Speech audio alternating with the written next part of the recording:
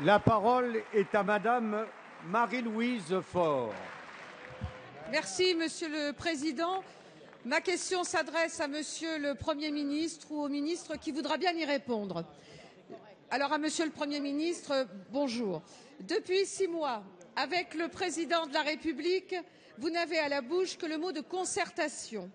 Et pourtant, lorsqu'il s'agit de mettre à bas une institution séculaire comme le mariage, c'est quasi circuler, il n'y a rien à voir. Et pourtant, vous le savez parfaitement, le mariage et l'adoption pour les couples homosexuels vont bouleverser profondément notre société et son fondement, la famille. Il ne s'agit nullement de remettre en cause le droit de s'aimer, mais demain s'en sera fini des beaux termes père et mère au profit des termes flous et génériques de parent 1 ou A et de parent 2 ou B dans le Code civil. Pourquoi refuser, c'est le texte de votre loi, pourquoi refuser la tenue d'un grand débat public comme le prévoit la loi sur toutes les grandes questions de société?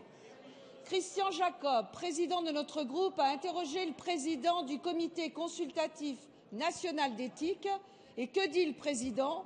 Que la question importante de l'éventuel accès à l'assistance médicale à la procréation des couples de même sexe relève du domaine de compétence de la commission d'éthique et pose des questions qui impliquent des choix de société justifiant l'organisation d'un tel débat.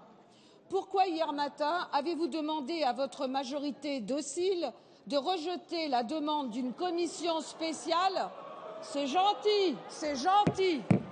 J'aurais pu trouver autre chose, de rejeter la demande d'une commission spéciale formulée ici à l'Assemblée nationale par le groupe UMP.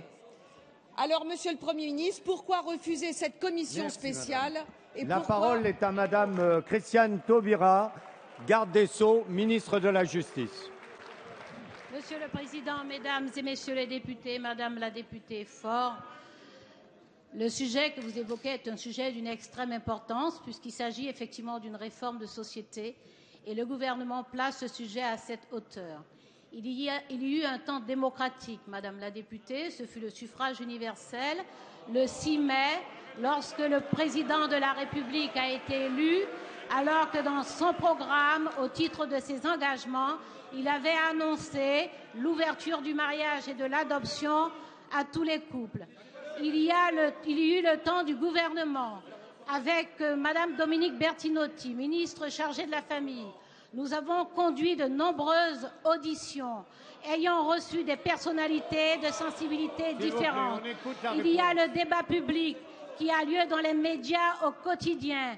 Il y a les personnalités qui ont déjà commencé d'être auditionnées par des parlementaires, par les commissions, et qui sont elles-mêmes porteuses de sensibilités différentes. Il y a les institutions de l'État, puisque le Haut Conseil à l'adoption a été consulté, ainsi que le Conseil d'État. Il vient le temps parlementaire, Madame la députée Faure, et le gouvernement de Jean-Marc Ayrault étant respectueux de la séparation des pouvoirs, nous nous interdisons tout commentaire sur le vote souverain de l'Assemblée nationale récemment quant à la demande que votre opposition a introduite. Simplement, vous introduisez, peut-être par souci de confusion, des éléments qui ne sont pas dans le texte du gouvernement. Vous nous faites des développements sur la procréation médicalement assistée. Il appartiendra éventuellement au Parlement d'introduire cette question.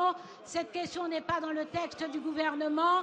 Nous vous invitons, au nom du gouvernement, à contribuer à éclairer les Français sur ce grand sujet de société, sur cette grande réforme de l'égalité, sur cette aptitude de notre société, de notre civilisation. La parole est à Monsieur